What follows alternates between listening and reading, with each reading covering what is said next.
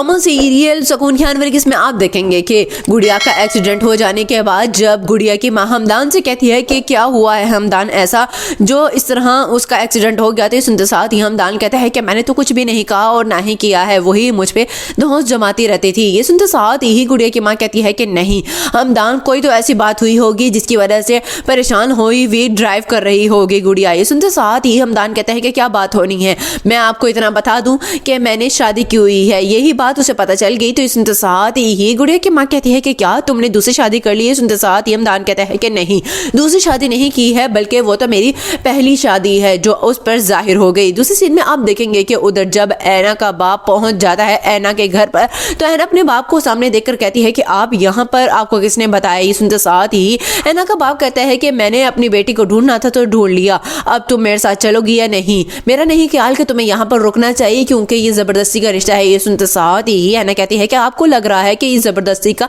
रिश्ता है, लेकिन हम दोनों ने ही एक दूसरे को कबूल कर लिया है, हम बहुत खुश हैं। ये सुनते साथ ही ऐना का बाप कहता है कि क्या मैं नहीं मानता कि तुम इस तरह खुश रह सकती हो, क्योंकि मेरा दूसरा जो गलत फैसला था वो मुझे मेरे सामने आ चुका है। ये सुनते साथ ही ऐना कहती है कि कौन सा दूसरा गलत फैसला किया है आपने अपनी जिंदगी में। तो ये सुनते साथ ही ऐना का बाप कहता है कि मैंने एमा की शादी कर दी थी उस्मान के साथ और मुझे लगता है कि तुम भी खुश नहीं होगी उसी तरह ही। ये सुनते साथ ही ऐना कहती है कि नहीं ऐसा हरगिज नहीं है। लास्ट सीन में आप देखेंगे कि उधर जब रजा की मंगेतर को रजा की सारी असलियत पता चल जाती है तो वो रजा से कहती है कि तुमने मुझे इतना बड़ा धोखा दिया। तो सुनते साथ ही रजा कहता है कि नहीं मैंने कोई धोखा नहीं दिया है, देखो हर किसी का कोई ना कोई पास होता है और तुम्हारा भी तो है। ये सुनते साथ ही रजा की मंगेतर रजा से कहती है कि हाँ मेरा है, लेकिन मेरे बाप का स्टेटस भी तो देखो ना और तुम अपना देखो तुम क्या हो। ये सुनते साथ ही रजा कहता है कि मेरा ख्याल है कि शायद तुम मुझसे मोहब्बत करने लग गई थी और अब उसी हिसाब से हमें ये रिश्ता निभाना होगा, तुम दोबारा से टूट जाओगी। सुनते साथ ही रजा की मंगेतर कहती है कि